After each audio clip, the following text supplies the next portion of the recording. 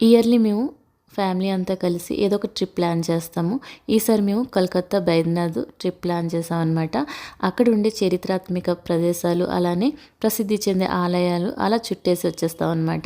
Vizag to Kolkata flight అండి. మరి కాసేపట్లో మేమైతే కోల్కత్తా చేరుకున్నాం అనమాట.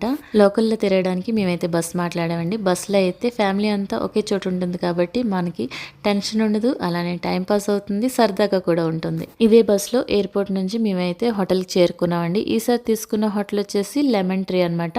ఇంతకుముందు మేము గుజరాత్ ట్రిప్ వెళ్ళేటప్పుడు లెమన్ ట్రీకి వెళ్ళాము. అప్పుడు చాలా నచ్చింది కాబట్టి ఈసారి మళ్ళీ లెమన్ ట్రీ అయితే బాగుంటుందని చూస్ చేసుకున్నాము.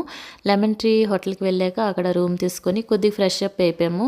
ఆ తర్వాత డిన్నర్ చేసేసి ఇంకా రెస్ట్ తీసుకున్నాం. మార్నింగ్ వచ్చేసి నెక్స్ట్ డే మా ప్లాన్ ఏంటి అంటే కలకత్తా నగరానికి ప్రసిద్ధి చెందిన 51 శక్తిపీఠాల్లో ఒకటైన కాళీఘాట్కి వెళ్ళాలన్నమాట.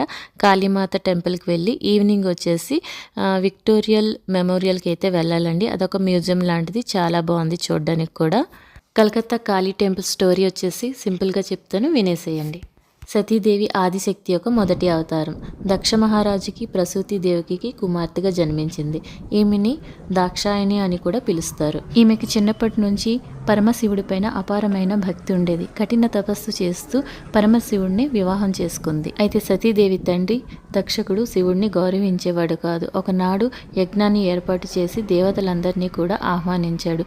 కానీ శివుడిని సతీదేవిని మాత్రం ఉద్దేశపూర్వకంగా ఆహ్వానించలేదు. అయితే తండ్రి ఇంటికి ఆహ్వానం అవసరం లేదని భావించి సతీదేవికి శివుడు వద్దన్నా కూడా యజ్ఞానికి వెళ్ళింది. అయితే అక్కడ దక్షకుడు అందరి ముందు శివుణ్ణి ఘోరంగా అవమానిస్తాడు.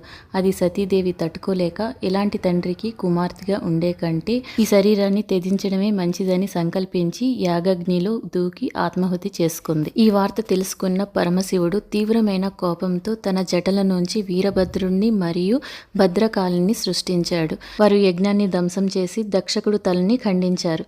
దేవతలంతా ప్రార్థింపగా దక్షకుడికి మేకతల అమర్చి శివుడు ప్రాణం పోశాడు. ఆ తర్వాత పరమశివుడు భుజాన సతీదేవి శరీరాన్ని వేసుకొని రుద్రతాండవం చేయగా ప్రపంచ రక్షణ కోసం విష్ణుమూర్తి సుదర్శన చక్రంతో సతీదేవి శరీరాన్ని అనేక భాగాలుగా చేస్తాడు. ఆ శరీర భాగాలు పడిన చోటే 51 శక్తిపీఠాలుగా ప్రసిద్ధి చెందాయి. కలకత్తా కాళీఘాట్ కూడా ఒక శక్తిపీఠం అండి. ఇక్కడ సతీదేవి కుడికాలు బొటనవేలు పడిందని నమ్ముతారు. ఇక్కడ కాళికాదేవి 3 కళ్ళతో బంగారు నాలుగుతో చాలా గంభీరంగా కనిపిస్తుంది అనమాట.